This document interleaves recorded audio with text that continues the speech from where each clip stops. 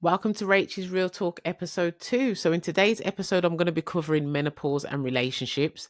And I'm really going to be focusing on how menopause and my own relationship with my mom was affected, but also how now looking back as an adult, that I can see the importance of why we need to communicate with our children or with our spouses, just with people in the workplace so that we can get a better understanding about our own journey with menopause, but we can also improve the relationships that we have with others. Because when we think about menopause, this is a natural biological process that marks the end of a woman's reproductive years. So, can you imagine how you feel when you're just about to enter into your menstrual cycle? Those hormones now are something that you know that are only going to take place once a month. So this is going to pass. Now we're talking about something that marks a decade or two of our life where we have these symptoms or these side effects on a daily basis. So, how do we manage that? How do we communicate this to others so that they can be more empathetic towards us? And also, how can we understand it more ourselves before we even enter into that phase of our life? Yeah, I'm sure moms who are just about to, you know, think about starting a family, that they research parenting and motherhood before they have a baby. And then even when they're pregnant, they're looking at different books and research guides of how parenting works because they want to be ready for when that time comes to be, you know, as best a mom as they can. So if you're going through this journey of your life that you have no control over when it starts and when it ends, why is it not something you'd want to learn about before you even enter that journey? So for me, I'm going to go back to when I was around the ages of 16, 17. So an older teenager. At the time, I would not say that I knew that my mom was going through menopause. I don't even think menopause was talked about in school or college. And my mom definitely didn't sit down and communicate this with us that, she was going through this. As an adult, I can look back and say, all right, she was going through menopause. This is why she was the way she was and why she was experiencing these different, feelings. But I would say as a teenager, I experienced a lot from a young age growing up, and I feel that teenagers today are not the same. That they're not brought up the same way that we were back in the 70s and 80s, and their life experience is so different. They're not as experienced with life as early on as we are. There may be, tech professionals and social media professionals, but we're talking about life skills here. And I think that we were, as 70s and 80s babies, we were definitely exposed to more than what teenagers are today when it comes to just even things like walking to school as early as the age of 5. That was nothing back then. Having parties in the house or blues parties in the house and you're such a young person, you wouldn't have that now. Even being able to sleep at so many different relatives' houses and people's houses who you didn't know, it was a lot more relaxed back then. Whereas now you kind of vet parents and you want to know who you're going to, who's this, who's that. Back then it was quite relaxed. So I think that we was exposed to a lot growing up. And I would say as well that, it was evident in my household that my mom was not happy in her marriage. And I think when you look back now, having things like grief in your life, menopause, relationship issues, being a single parent, even though you're married, yeah, that's a thing. All of that contributes to somebody's mental health changes. And, I used to say back in the day, oh man, I think my mom's got bipolar, or She seems like she's got some kind of schizophrenia. And this was because of the difference in her personality and how it was very unpredictable. I wouldn't have a clue what she was going to say or do from one day to the next because she was very erratic. And I used to just think, what is your problem? What is the matter with you? And now I look back and think, oh my gosh, my mom actually had to deal with a lot. But as a teenager, we're quite self-centered. We just think about ourselves. And I'm a mom with teenagers, so I get it because that's what teenagers do. And it's only when you become older that you go, wow, this menopause thing is a thing. It's like a whole decade or two of your life that you're trying to now get to know yourself again. If you're a parent and you wasn't a parent, you're trying to get to know yourself as this new parent. You've done that, you've mastered it, you've grown up your kids successfully, and now you've got to learn yourself all over again. You've got to get to know who this new person is for the next 10 or 20 years.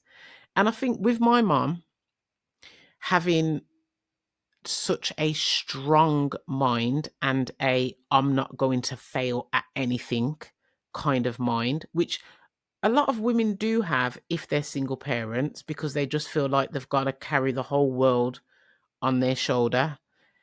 And I think that with my mom being that kind of way, she didn't seek help. She didn't seek help from family members. She didn't seek help from her partner, her husband. She didn't seek help from the doctor. She was very much I'm just going to soldier on.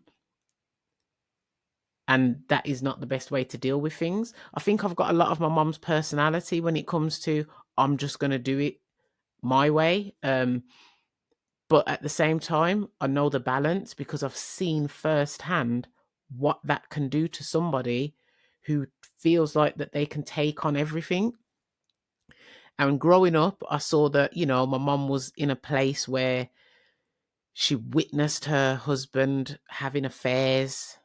And rather than just, I don't know, feel that she could be by herself, even though she did everything by herself, she still chose to stay in that relationship. And I think when you're with a, a husband who isn't the father of your children, even though, that person should take on the responsibility of helping you bring up your children because you're married to them, I still feel that parents, whether it's the woman or the man that, have the children, will just take the reins and be like, no, they're my kids. I know what to do. And I know how to bring them up. And I know how or what they need. And even though you're supposed to be in this relationship together, I still think that my mom took on the whole responsibility of looking after us by herself, even though she was married. And that again isn't healthy. So if you're in a relationship where you are the mom of the children and you're married, don't feel that you need to take on the whole responsibility of your children. Let your husband, regardless of the fact that he's not their dad, take responsibility as well, and vice versa with the husband. If it's your kids, let your new wife take responsibility as well because you've chosen to be in this relationship together. Now, my mom, working in a male dominant workplace with men, going through these side effects, these symptoms, and this personality change was not healthy. You're in a workplace where you can't really express what you're going through because everyone's a man. And then you're going home to your husband who you clearly resent for the fact that he's had affairs, but you've even chosen to stay with him. So, that's the choice you've got to make. Let go of the resentment or don't stay with him. It's one or the other. Whereas my mom would stay in the marriage, but resent what you've done. And that mental torture. And even though I was a teenager and I was clued up enough to know that that isn't good for your mental health to stay here, But it didn't kind of bother me to a point where I'll be like, yeah, mom, I think, you've got to do something about it. I think you've got to try and seek help. I was just kind of like, oh, well, it's your choice. If that's what you want to do, more for you. And I'll just carry on with my life. But seeing my mom go into a deeper, deeper hole, but then at the same time, I was just kind of like, but this really is the choice that you've made. What do you want me to do about it? And that relationship that I had with my mom when I was, 16, 17, was starting to kind of get strained because she wasn't communicating with me. She wasn't communicating with how she felt. She would take sides when I would, try and tell her that this man isn't good for you. She would take sides. And I got to a point where I was like, I can't live in this house. I can't live in this house knowing that you are so deeply depressed, but yet you're choosing to stay where you are. So it's time for me to go. And I didn't like her husband, her ex-husband, should I say. I didn't like him. So it was a case of me just going there for my own mental health and my own sanity. I'm off. I'm gone. And then obviously that left my mom in the house dealing with all that by herself.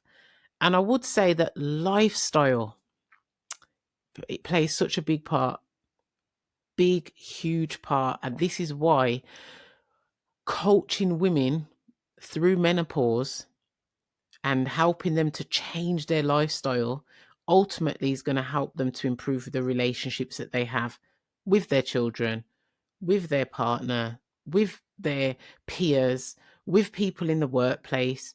Because if your lifestyle has a big effect on your health, and then you've got this on top of it, how do you think that you're going to end up? Because I know some people who have such bad experiences with menopause. And if I look at their lifestyle, I wouldn't say that they prioritize their health. And this isn't every woman. I'm talking about the people I know. I wouldn't say that they prioritize their health. So then I think, well, we can't control how menopause attacks us, but we can do everything in our power to be as healthy as we can for when it comes, so that whatever way we go through these symptoms, we are at our best, or at the best that we can possibly be to go through this. So this is my reasoning of why I choose to, prioritize my health so much, because I don't have any idea of how menopause is going to impact my life in any way. But what I've seen it do to others, it's quite scary. But what I've seen it do to others has made me go, no, abusing alcohol is not going to help me. Chain smoking is not going to help me. Yo-yo dieting is not going to help me. And, if I'm able to avoid hormonal medication, great, because I don't want side effects that I have no control over. It is a whirlwind, but at the same time, we have to be prepared for it, whether we're going through it or before it comes, because we are going to go through it. And having your um, kind of knowledge beforehand is going to help you so that you can express beforehand to children, to teenagers, to your husband, what to expect, or help me to go through it with more support, so that I don't feel like I'm going through it alone. And that's what I think is so important, especially for women in a marriage or women with children. Women that live by themselves are going to still have the effects of menopause, but it's not going to have an impact on their house because it's only them in there. But when we think about others who are impacted by our menopause, or our relationship that we have when we're going through menopause, it's a big deal.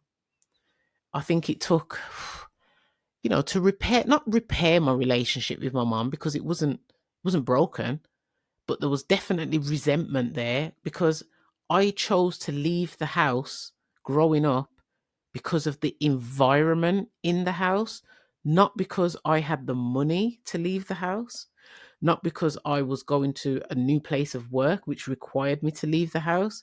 This was a 17-year-old who only worked part time and went to college, who chose to leave the house because of the environment of the house. I was broke. I was broke. I didn't know when my next meal was coming. I didn't know how to even budget to pay for bills. I didn't even know there was such a thing called council tax. I got this bill for £1,000 for a year's worth of council tax that I had owed from the previous year that I didn't even know I was supposed to pay. And I said to my mum, I've got this council tax bill for £1,000. What's council tax? She was like, oh, well, welcome to the real world. I was like, no, forget that. The question I'm asking you is, what is this money? What is council tax? She was like, well, it's part of your bills. She she wasn't empathetic. She was very strong-willed, and she was like, you've made your bed, lie in it. But then I was at home thinking, I didn't choose this life. I didn't choose this route of living by myself. That wasn't my choice. It was the fact that I could no longer live in this environment that I was brought up around. You unhappy with your ex-husband who's had multiple affairs, your toxic relationship, you can't communicate with me about how you're feeling going through menopause. I was just like, this is all too much. I've got college, I've got exams, I've got a job. I was like, that's fine. I'll leave the house because I can't deal with that. But then, do I, as a mom with teenagers, want my children to be in the same position that I was in? Absolutely not. No, I don't. I don't want them to feel this kind of, I don't know, schizophrenia, bipolar, personality changes that I could possibly go through, but not understand why I'm going through them. I don't know how I'm going to handle menopause. I don't know how it's going to affect me.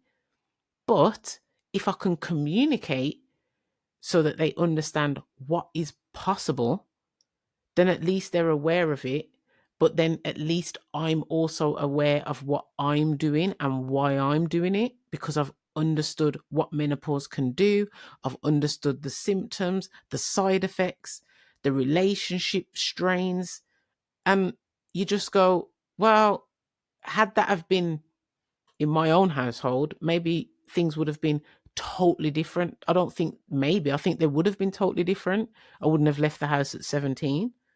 I wouldn't have, grown up around, the wrong crowd. Because when you're living by yourself at that young age, you don't have somebody telling you what time to come in. You don't have somebody telling you who you should be around and who you shouldn't be around. Because you are, to yourself, your own person. You're your own adult. You can make your own decisions. So the lifestyle that I had growing up for those years before, I was married and had my children, I wouldn't want my kids to go through that. Not at all. And all of that was purely from leaving the house at an early age and trying to, I don't know, feel that I was, my own person, independent. I can make my own decisions. So I do think that it's important for moms, for women, to get as much knowledge that they can on menopause and how it affects them, so that they can then express that to the people that they love, to others that they're around on a daily basis, so that they have this level of communication where everybody knows what's going on. If you're a mom in the house, I'm sure everybody knows, mom's on her period. Yeah, it's that time of the month. Mom this, mom that. Same with menopause. Let them know why mom's like this. Let them be more understanding why mom's like this. And if you're growing up daughters, let them know when they're teenagers what's going on, what's going to go on. Don't just hold back and just think, well, they're too young anyway. they're not going to be going through it for the next 20 years. Educate them. Educate them on what is going to take place in their own life, because they're going to experience it anyway. Then they can become more empathetic towards you, because it's something that they're going to go through themselves. So I do think that your relationship with your husband, your children, your work colleagues could be so different if people were just spoken to about the reason why you may be behaving like this, or just the reason why, they need to know about menopause themselves. Why does a man feel that he shouldn't sit down with a book on menopause? If you're married, yes, you should, because your wife is your other half. You are one. You are going through this together. So it's your responsibility to know what your wife is going to go through. Because guess what? When she's at a point where she may feel like she's no longer interested in intimacy, what are you going to do? You're going to leave her. You're going to go off with someone else. She can't help that. That's what happened to my mom. She couldn't help that. She can't help that she doesn't feel the need.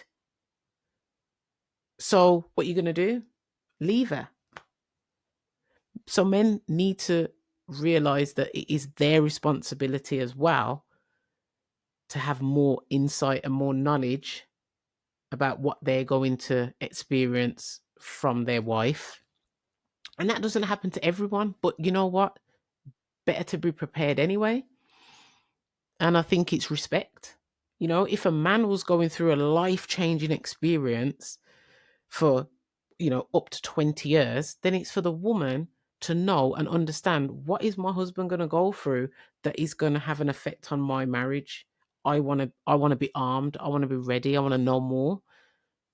It's just what's necessary. So, I want to be able to share more insight on my next episode about ways that you can improve your journey through menopause, what to expect in the early stages of perimenopause, the different research guides and tools that you can look up, and basically how prioritizing your health is going to really have a real impact on your journey going forward into menopause. So becoming healthy earlier on, strengthening the body, because muscle wastage and muscle loss is not fun for anyone. Joint pain, back pain is not fun for anyone. But just by prioritizing strength and conditioning within your training style makes a whole lot of difference. So that's what we'll be discussing in episode 3, so that you can have more insight into your own journey going through menopause, or if you're not yet there, how you can be better prepared internally before that time comes. So a little bit about my relationship with my mom with menopause, and why I felt the need to be able to kind of get this out there so that other moms, can benefit from just communication. So let's leave it there, and I'll touch base with you in episode 3. Thanks for listening.